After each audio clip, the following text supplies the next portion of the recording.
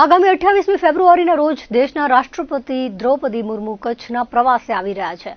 રાષ્ટ્રપતિના પ્રથમ કચ્છ પ્રવાસને લઈને વહીવટીતંત્ર તૈયારીઓમાં જોતરાયું છે. રાષ્ટ્રપતિને આવકારવા સાથે તેમના પ્રવાસ દરમિયાન કોઈ ક્ષતિ ન રહે તે માટે તંત્ર દ્વારા કવાયત હાથ ધરવામાં આવી છે.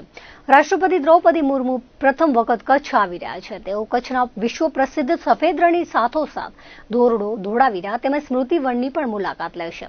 રાષ્ટ્રપતિના પ્રવાસ કાર્યક્રમ અંગે મળતી વિગતો મુજબ કચ્છ પ્રવાસ દરમિયાન રાષ્ટ્રપતિ દ્રૌપદી મુર્મુ સૌપ્રથમ ભુજ એરપોર્ટ પર આવશે. ત્યારબાદ આગળના પ્રવાસ માટે નીકળશે. વર્ષ 2001માં કચ્છમાં આવેલા વિનાશકારી ભૂકંપનો ભોગ બનેલા દિવંગતોની યાદમાં બનેલ ભુજમાં સ્મૃતિવન મેમોરિયલની પણ તેઓ મુલાકાત લેશે.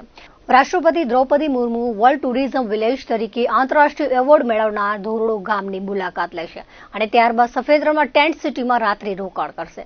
તેના માટે સફેદ રણની ટેન્ટ સિટીમાં સુવિધાસભર ટેન્ટ તૈયાર કરવામાં આવી રહ્યો છે.